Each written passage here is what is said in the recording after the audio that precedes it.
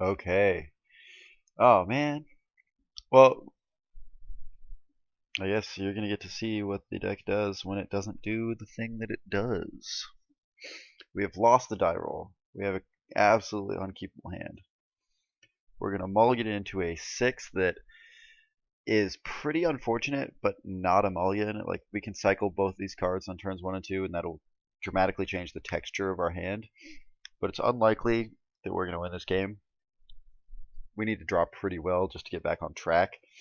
And against any sort of aggressive strategy, we're probably going to lose. Like if this is an Is It Blitz or a Delver, we're just probably dead. Mono blue, preordain. Yeah, it could still be either one of those or something else. Even could be like a blue Tron. You never know. It's tough to see. That's one of the reasons I like Pauper. Pauper is a very wide open format. There are the best decks, and they are very good, and you will see them a lot. But there's plenty of room for innovation. You can just come out of nowhere. You can come out of left field with some weird deck no one's ever heard of, and people won't be prepared for it. It turns out we are up against Delver. We drew a horrible card. We're dead. I can't imagine us really getting out of this one. Yeah, we're having to get pretty big from here. No flips. No flips ever. I'm selecting to auto yield. Well, he doesn't flip Delver, but he has a third Delver. Wow. Wow. We're just under so much pressure right now. Oh, that's pretty good though. That is pretty good. Clone by Witches is great. It's good against Delver. Obviously, if he flips here, I mean, I don't know of any deck in any format that can beat like triple flip Delver. If you look at Modern or Legacy, like Delver is still really, really good there. If he just flips to a counterspell, preordain. Wow. Okay. Yeah. Any flip there, we're just super dead. Doesn't really matter. We need like Echoing Decay exactly, and to have him have nothing, but he has no reason to tap his mana here. We're dead in 2 swings. Yeah. Unfortunate. Uh, we had a poor draw in what is probably a bad matchup. I think that the blue deck is slightly better than the black deck. Yep.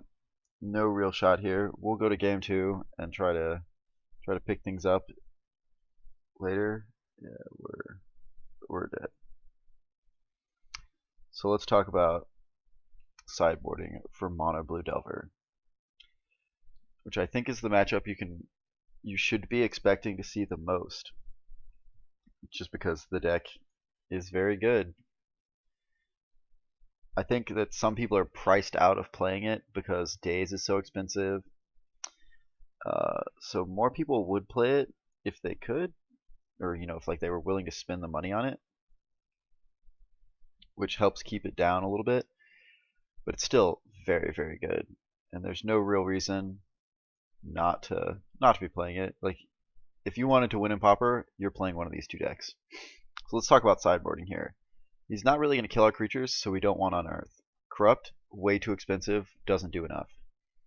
Spinning Darkness is okay. If the game gets grindy, being able to play it for free is very good.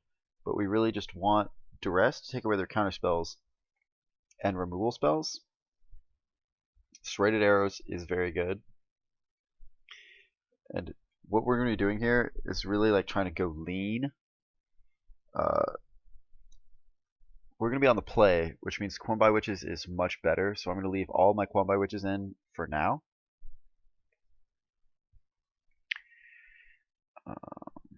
Yeah, this looks fine. It's not clear whether you want more Victim of Nights or Geth's Verdicts, but they both sort of do the same thing. I guess one reason to have Victim is it'll kill Flip Delver if they have another Delver. Like if they have one flipped, one unflipped, they'll just choose to sack the unflipped one. So that's probably a reason to go for Victim of Night. I don't know if the full 4 over like some mix is totally appropriate. You know, I've made some changes to this deck. I'm constantly making changes to the deck, so that can affect my decisions in sideboarding as to like what I even have access to. I used to have Echoing Decay, and normally I would just be bringing in Echoing Decay. No, this hand looks very good. Uh, if they don't go turn 1 Delver flip, then Quam Witches is going to be great. That said, even if they do, Chittering Rats is good, and like this is a hand that we can legitimately race with. So I'm happy to keep this. Opponent has Island Bear.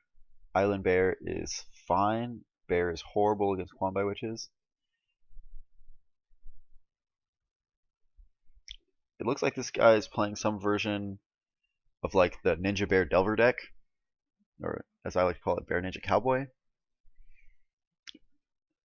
So instead of Spell Stutter Sprites and Daze and Gush, like they've got Ninja the Deep Hours with Bear and Delver so that they can maximize their chances of hitting turn 2 Ninja.